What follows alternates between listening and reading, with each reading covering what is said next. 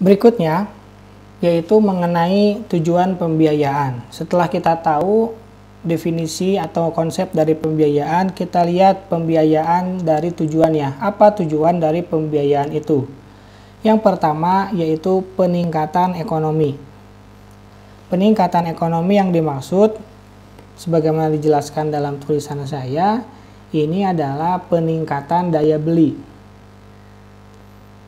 Peningkatan daya beli.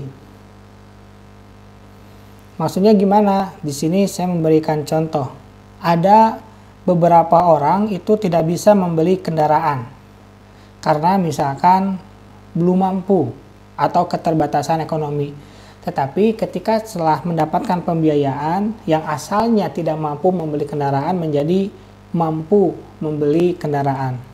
Itu tujuan pembiayaan yang pertama. Yang kedua, tujuan dari pembiayaan itu adalah tersedianya dana bagi peningkatan usaha. Karena kita tahu peningkatan usaha itu udah bukan pilihan lagi, tapi kewajiban. Karena bisnis saat ini itu adalah bisnis yang selalu memberikan atau selalu melakukan inovasi.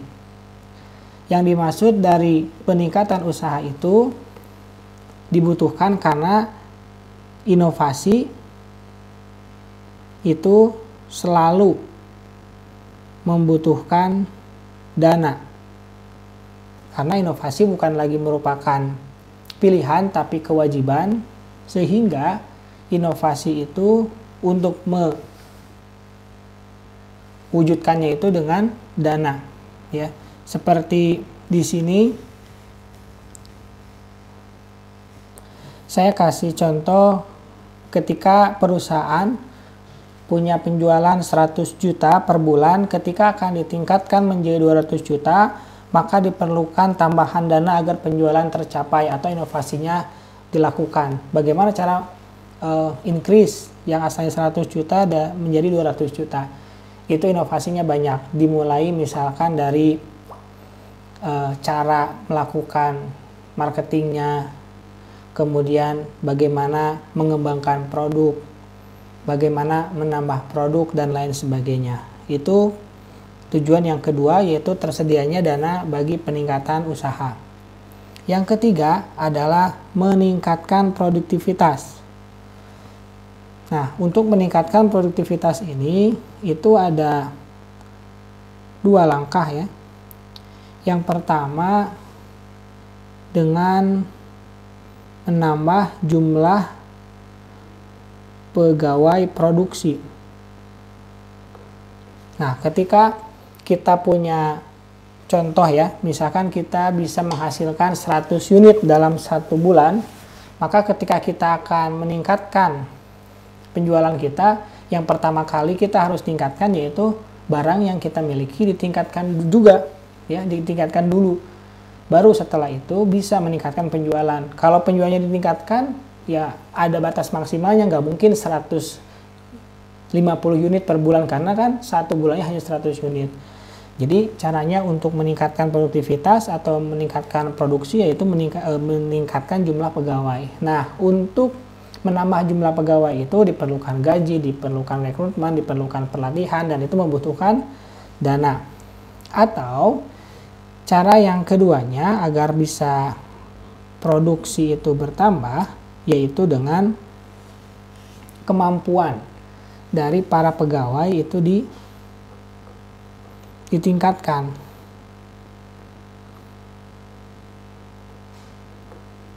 Yang asalnya 1 orang itu bisa menghasilkan 5, di training bisa menghasilkan 7 atau 8. Atau juga termasuk di dalamnya itu teknologi. Dengan masuknya teknologi menjadikan produksi yang dihasilkan menjadi lebih banyak. Nah, itu langkah-langkah yang bisa dilakukan. Ini saya sebutkan 2 hal saja agar tidak terlalu panjang.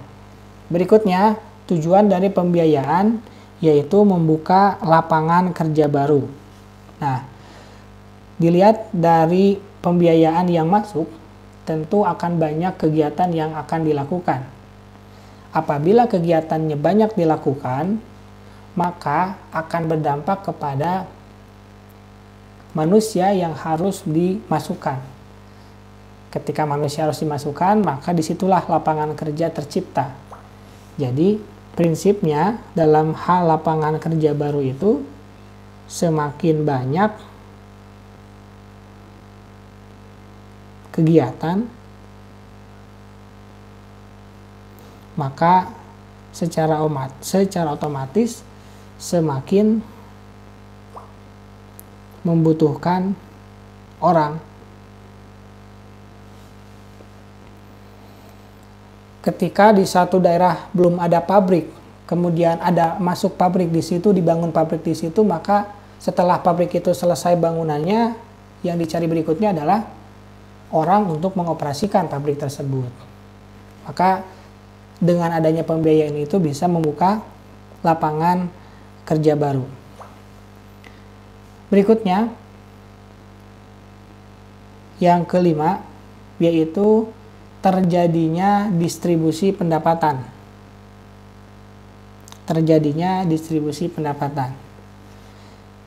Pendapatan itu biasanya berkumpul di tempat-tempat yang memiliki banyak uang di situ beredar. Seperti di Indonesia ini, uang paling banyak itu beredar di Jakarta. Maka sebagian besar orang yang disebut kaya itu adalah orang-orang yang memiliki penghasilan di Jakarta. Nah, dengan adanya pembiayaan, maka bisa distribusi pendapatan itu. Yang asalnya uang semuanya di Jakarta, ada pembiayaan di kota lain. Misalkan di kota Sukabumi.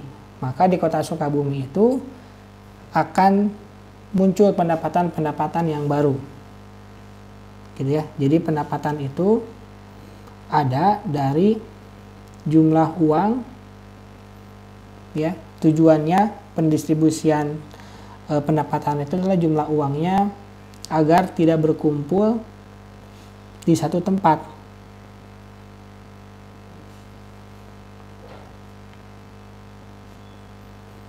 Tidak berkumpul di satu tempat.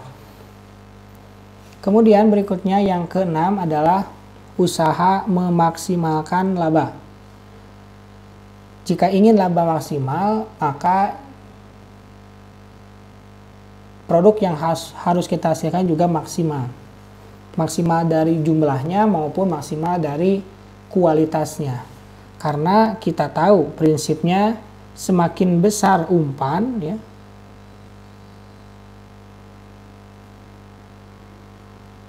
maka akan semakin besar juga hasilnya. Tapi tentu di sini diikut sertakan juga risikonya, ya. High risk, high return. Semakin besar risiko, semakin besar juga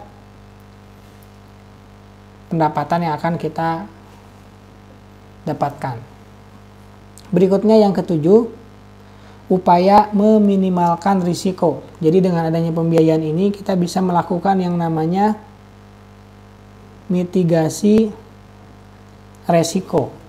Maksudnya adalah mengalihkan risiko yang harusnya kita terima, kita alihkan kepada orang lain. Contoh sederhananya seperti asuransi, ya. Jadi ketika kita punya bangunan, kita punya pabrik, kita punya gudang, kemudian ada potensi aset yang kita miliki itu dari hilang, kemudian tercuri dan lain sebagainya. Nah, bagaimana caranya agar kita terhindar dari resiko itu?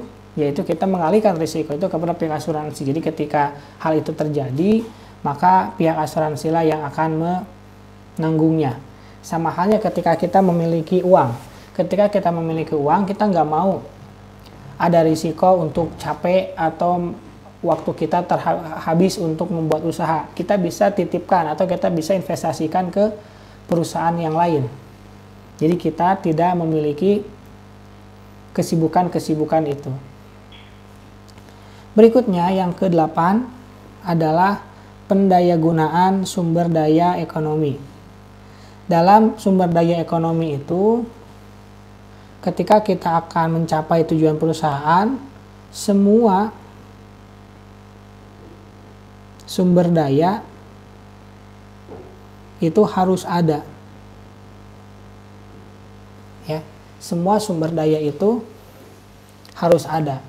Jadi nggak bisa cuman hanya ada sumber daya manusia saja tanpa ada sumber daya ekonomi misalkannya. Nah itu harus selalu dipenuhi. Kemudian yang ke-9 adalah penyaluran kelebihan dana. Jadi ketika penyaluran kelebihan dana ini kita kenal ya di dunia ini ada yang kekurangan, ada juga yang kelebihan. Ya, kalau kekurangan dia akan mendapatkan dana. Tapi kalau dia kekurangan, dia itu akan dapat hasil dari investasi atau hasil dari pemberian pinjaman. Sebenarnya pihak yang berkekurangan juga memiliki tujuan akhir yang sama, yaitu mendapatkan hasil investasi.